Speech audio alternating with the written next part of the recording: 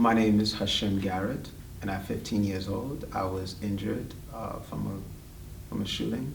I was paralyzed from the waist down, and I have been doing public speaking since 1995, and I've been self-employed since 2001 as an educational consultant, and I travel the world speaking to adults and children about various topics. It was a rough pill to swallow, finding out that I wouldn't walk again without the assistance of, crutches and braces, or wouldn't be able to get around without a wheelchair. That was really difficult, being 15 years old and understanding the gravity of the consequences. I was hurting because at home, my mother was abused. She was being abused by her alcoholic boyfriend. And witnessing all of this abuse, it constantly left me in a state of fear. I was always worried that this guy was going to kill her one day. Not when he was sober, but whenever the alcohol was consuming him. And so that fear morphed into anger. And then I was also angry because I didn't want to live. I hated my existence. I hated going home. I hated, hearing a guy banging on my door. I hated going to school and kids bullying me. I hated my name. My name was Hashim, and why couldn't it be Peter, Sam, or Steve? And, I hated the pigmentation of my skin, and I thought I was too dark. And, I hated whites because of slavery. I was just consumed with hate. I hated cops. And so it was just, hate to get hate. There were times that I can recall being 14 years old and looking at my mother's hair fall out of her head, and hearing from my other peers that we were giving our parents nervous breakdowns. Literally, these were the words. They said, some of my friends' moms had to be institutionalized just because of the things that they were losing their sons. So I had a lot of people constantly tell me, "You're going the wrong way. Don't go this way." And get out of my way. Stop. And so when I look back at that on hindsight, I go, why didn't I listen? They kept telling me, don't do this. They kept saying, don't do this. And it's that danger and danger and danger. And I didn't listen. This kid didn't know me. He just did that. And the course of my life changed. But I walked up to that corner. I chose those friends. Our friends, we can't choose our family, but we can choose our friends. And I chose them. I had a pool to choose from. I had some good kids who went off to play in the NFL, and I had some friends who became doctors and lawyers and CEOs and rappers, and they did all of these great things, and I chose not to hang out with them, but I wanted to follow that path. I wanted to get involved in that crowd. And so forgiving my friends was easy, because I knew better. Forgiving the kid who shot me was easy, because I basically asked for it. I guess, I had times of contemplating suicide when I was a teenager. I didn't want to live. I used to cut myself, I was self-mutilating. And maybe in a weird, deep, dark, subconscious way, maybe I really wanted to die. Maybe that's why I was doing the things that I was doing. And I have to forgive myself, because this life that we have, God gave it to me. And if God said don't steal, it's not my life. I'm taking something that God has given me, So yeah, forgiving the shooter, forgiving myself was way harder, because I knew better. So the concept of forgiving the shooter really stemmed with just understanding that we have to forgive ourselves first, and then forgive our parents, because I found that me holding on to the grudge against my parents was part of the reason why I did all of the negative things to begin with.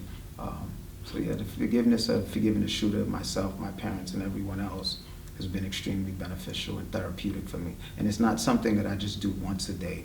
Sometimes you have to forgive yourself, or you have to forgive the same act dozens of times. My injury truly has been a blessing in disguise. Initially, of course, I was 15, so I wasn't a husband and a father at that point. But it has allowed me to put things in the proper perspective. I realized that my Creator is important. Having a good relationship with my God is important, because as I laid on that ground, dying from all of those bullet wounds, All I had was me and my God. All I had was me and my deeds, all of the things I had done. And so in that moment when my soul was leaving my body as I was going in that ambulance, it made me realize what I do with this short amount of time that I have in this world. I have to make the most of these decisions. I have to make the most of this opportunity. But had the kid not shot me, I wouldn't be here. So God used him to get me where I was supposed to be. But I will say overall, it's made me stronger. You know, I believe harder now than I did before. You know, sometimes people will go through things and we ask that proverbial question, why? Why me? And I went through that phase, but now I'm on the other side, and now I say, why me?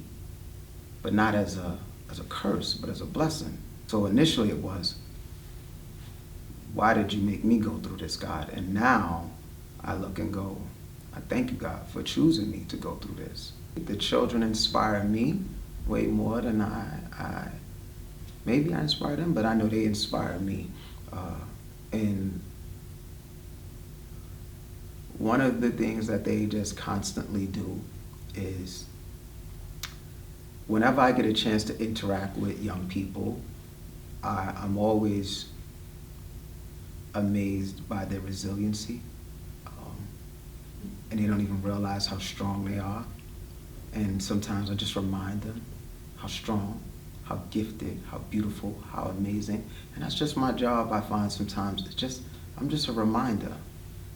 There have been kids that I've met and they've gone through some pretty traumatic and some horrific things. And I look at them and go, and you're still standing. Wow, that's amazing. Because people look at my story and they go, man, you know, you can't walk without that and the crutches and the braces. And I go, okay, those, you see my wounds. And I look at you with your able-bodied self, and everybody passes you by and they think you're fine because on the outside everything's fine. And then when you talk and you share, I go, my gosh, I don't know if I could handle what you're telling me you're going through. And so they inspire me, you know, and I just remind them, keep going, you know, there's a purpose for this. It doesn't make sense now, but there's a purpose. People don't realize how great and phenomenal they are, you know.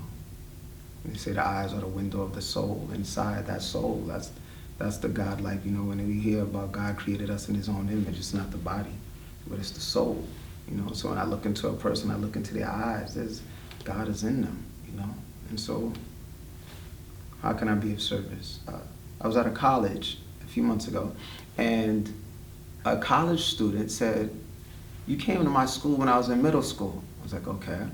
He said, then I heard you when I was in high school in another part of the, you know, New York, New Jersey, Connecticut area. I said, okay. And now I was in his college talking to him. And he was like, how is this possible that I heard you in middle school, then years later I see you at my high school, and now here it is, I'm in college studying criminal justice, and you're here at my college campus. But he says, you know, every time I saw you, I was at a different place, and I needed to hear the message again.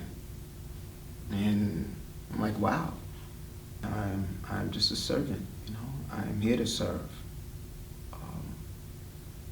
I think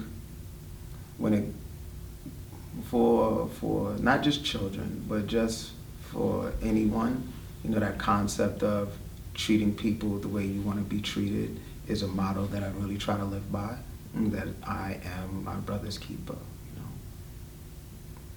We are brothers. We are brothers and sisters, you know. Sometimes we listen to that voice that says they're different, they're not like you. See, the left and the right and the alt-right and this. No, this is just labels. We're all in this together.